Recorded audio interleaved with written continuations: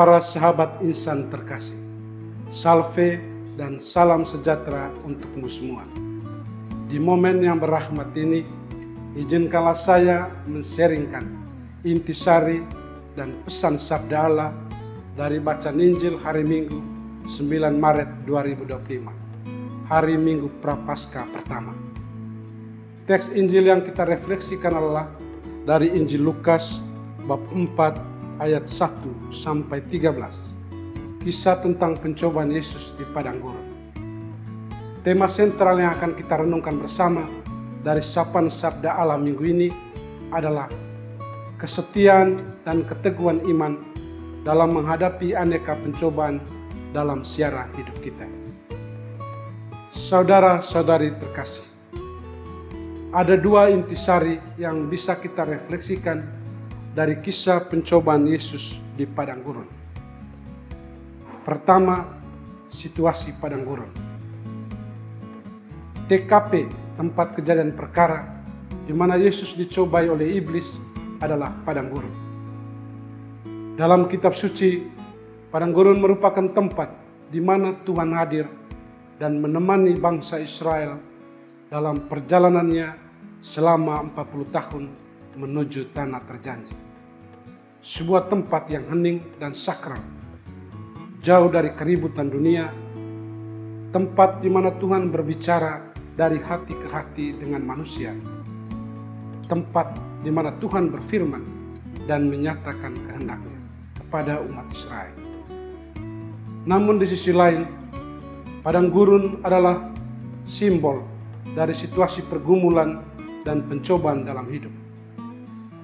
Padang gurun adalah situasi krisis dan persimpangan dalam kehidupan yang menggoda manusia dengan tawaran-tawaran duniawi yang menggiurkan.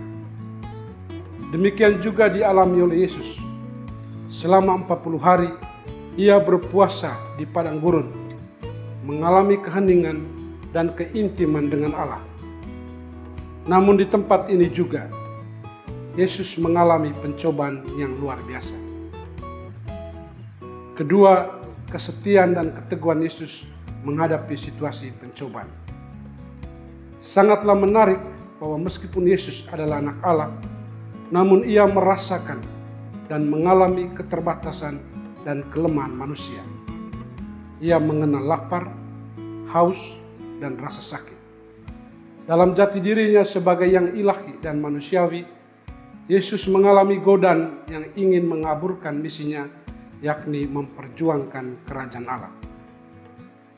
Namun berhadapan godaan kenikmatan, batu menjadi roti, godaan kekuasaan, menguasai seluruh bumi asalkan menyembah iblis, dan godaan ketenaran, menjatuhkan diri dari hubungan bait Allah, Yesus tetap setia, taat, dan berbakti kepada Allah. Melalui pengalaman pencobaan di padang gurun, Yesus mau mengajarkan kepada kita jalan atau strategi yang baik dalam menghadapi situasi pencobaan, yakni teguh pada firman Tuhan dan tekun menyembahnya. Inilah yang menjadi kunci dan kekuatan bagi Yesus dalam mengalahkan setiap godaan sepanjang hidupnya.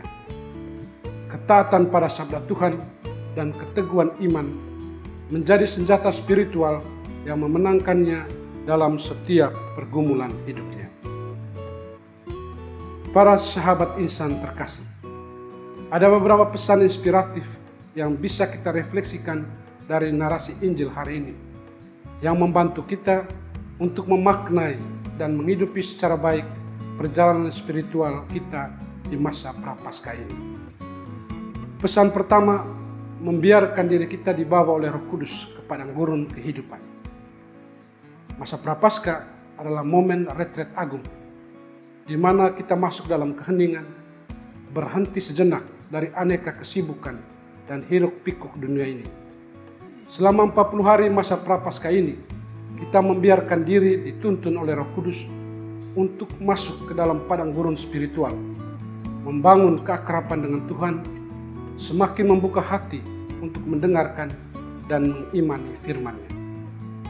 Masa Prapaskah menjadi kesempatan bagi kita untuk menutrisi dan menguatkan iman, harapan, dan kasih kepada Tuhan, sehingga memampukan kita untuk mengatasi setiap pergumulan dan pencobaan dalam sejarah hidup kita. Singkatnya, masa Prapaskah menjadi kesempatan bagi kita untuk membiarkan diri digendong oleh Roh Kudus, bukan sebaliknya digendong dan dikuasai oleh iblis. Pesan kedua, menyadari pencobaan-pencobaan dalam hidup kita. Dunia modern di mana kita sedang hidup ini ibaratnya sebuah situasi padang gurun, di mana kita mengalami aneka pencobaan dan pergumulan sebagaimana yang dialami Yesus. Ketiga godaan yang dialami Yesus di padang gurun merupakan juga godaan dalam kehidupan kita setiap hari. Betapa kita sering tergoda dan tergiur dengan tawaran kenikmatan, kekuasaan, dan ketenaran. Ketiga godaan ini kerap kali membuat kita jatuh dalam dosa. Hasrat akan kenikmatan atau kesenangan, kekuasaan, dan ketenaran acap kali membelenggu dan memperbudak hidup kita. Ketiga godaan ini membuat kita tidak berdaya dan merusak relasi kita dengan Tuhan dan sesama. Bahkan ketiga godaan ini sering menjadi sumber pertengkaran, permusuhan, dan konflik dalam kehidupan bersama, melemahkan persaudaraan, kebahagiaan, dan sukacita dalam sejarah hidup kita. Pesan ketiga, belajar untuk setia dalam pencobaan. Secara manusiawi, kita menyadari bahwa tidaklah mudah untuk mengatasi godaan kenikmatan, kekuasaan, dan ketenaran dalam hidup kita di dunia modern ini. Namun sebagai pengikut Kristus, kita dituntut untuk belajar dan berusaha meneladani dan menyerupai Yesus dalam mengatasi setiap pencobaan dan pergumulan dalam hidup kita. Ketika kita dicobai, kita jatuh, dikalahkan oleh si penggoda, si iblis, dan berbuat dosa. Hal ini terjadi antara lain karena kita tidak menggunakan perlengkapan senjata Allah, yakni firman-Nya. Sadarakan kelemahan ini, masa Prapaskah merupakan gladi rohani untuk memperkuat daya tahan kita, sehingga di kemudian hari kita berani memberikan perlawanan dan tampil sebagai pemenang seperti dialami oleh Yesus, Sang Guru.